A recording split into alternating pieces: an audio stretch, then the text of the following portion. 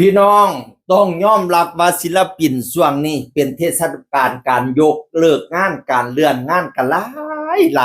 ลายคณะเก่ามาประกาศแม่นว่าอันปลัดกระทรวงมหาดไทยสิเน้นย้ำไปฮอดผู้ว่าราชการแต่ละจังหวัดว่าบ่ได้มีคำสั่งให้งดบ่มีคำสั่งให้ระงับงานเด้อแต่ว่าให้ปรับการแสดงให้เหมาะสมแต่ถึงกระนั้นหลายๆคณะก็โดนยกเลิกงานพี่น้องเอ๋ยก็อาจสิเป็นมูลเหตุเรื่องเหตุว่าเจ้าของพื้นที่เพิ่นบ่ค่อยสบายใจในการให้แสดงเนาะ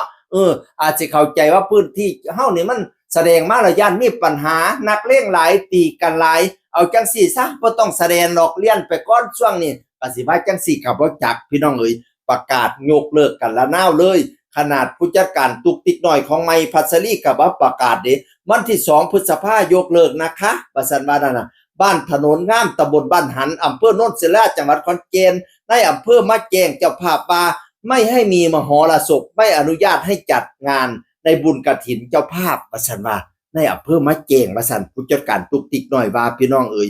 มันอาจสิเป็นเพิ่นย่านบ่สบายใจเนาะเจ้าของพื้นที่ก็ได้ประเทศนี้เกียงไก่อีสานศิลป์ตอนแรกประกาศยกเลิกเด้เดือนตุลายกเลิกทั้งเดือนบัดนี้ประกาศใหม่ว่าได้แสดงแล้วบัดนี้มาประกาศมาอีกวันที่30ยกเลิกอีกแล้วผู้จัดเลื่อนงานออกไป30ตุลา3แยกหนองพระองค์อำเภอลำปลายมาศจังหวัดบุรีรัมย์โอ้ยกเลิกอีกแล้วหนองพระองค์พี่น้องเอ๋ยของเกียงไก่อีสานศิลป์สาวน้อยลำเพิ่นโซกกันเลื่อนพะนะวะปกติแสดงวันที่1พฤศจิกายน68เลื่อนเป็นมื้อใดเนาะนี่เนาะเลื่อนคือกันพี่น้องเอ๋ยไม่ใช่หันสีอีสานนครศิลป์ก็มาประกาศคือกันคิวงานหมอลำอีสานนครศิลป์ฤดูกาลที่4ตุลาคมยกเลิก3คิวงานพฤศจิกายนยกเลิก2คิวงานพะนะวะยกเลิกกันตามระเบียบพี่น้องเอ๋ยจักรพันธ์ลำเพิ่นแห่งเครียดหลายดิหัวหน้าบูธหัวหน้าสั้นเล่าบันเทิงศิลป์เครียดนะงานเดือนพฤศจิกายนโดนยกเลิกแล้ว9งานจากของมันบ่ซ้ำใดดอกทีมงานล่ะเกือบ200กว่าคนแล้วเพิ่งได้ออกงานยังบ่อิ่มปากอิ่มท้องเขาอยู่ว่าซั่นว่าเป็นห่วงลูกน้องเกือบ200คนถูกยกงานเดือนพฤษภา9งานพะนะว่านอกจากนี้ก็มีคณะต่างๆเนาะอีพอวีนี่ศิลปินผู้ไทย